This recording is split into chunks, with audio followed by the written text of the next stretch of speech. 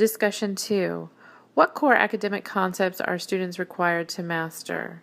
The core academic concept on this fourth grade program is the same as the focus standard. Students will use the coordinate system. They will A. Understand and apply ordered pairs in the first quadrant of the coordinate system, and B. Locate and point the first quadrant in the coordinate plane and name the ordered pair. Of the list of 9 21st century skill outcomes, which are the students practicing in this task, and how do you know? The students in this task are practicing the critical thinking, problem solving, and decision making standard, as well as the technology operations and concepts. They're doing the critical thinking because they have to think through the coordinate system and they have to relate the streets of the cops and robbers game to the coordinate on a plane. They have to make that connection. And so they're having to use critical thinking and problem solving to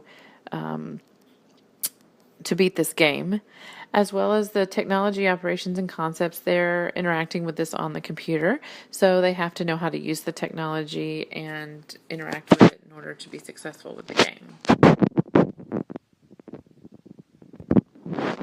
The activity is is performance-based because they have to perform in the game. They have to interact and do different trials throughout the game in order to beat the game and beat the different levels. And they have to make those connections from their quadrant lesson to be able to navigate on the streets of the game.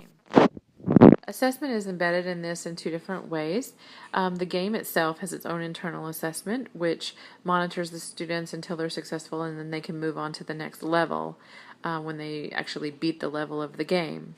Also, the students in the end are required to present what their findings were of the game and what their results were, and the teacher's using a rubric to assess them based on their presentation. So this has two different types of assessments in it, as well as an internal assessment to the game itself, as well as the teacher assessment using a rubric. Knowledge that this activity gets to is actually the extended thinking stage. I believe this because there are multi-step assessments, the internal assessment to the program as well as the rubric from when they do the presentation at the end, as well as the students have to make real-world applications because they're thinking of the streets and using the game, like they have to think of the coordinate system in their head and they have to use coordinates to navigate the streets on the game. So it's a real-world application that they can connect to their own lives, as well as a multi-step assessment. So that puts it in the extended thinking category. This activity actually has every level, though, of the depth of knowledge. They have to recall basic facts and basic understanding and definitions of the coordinate system.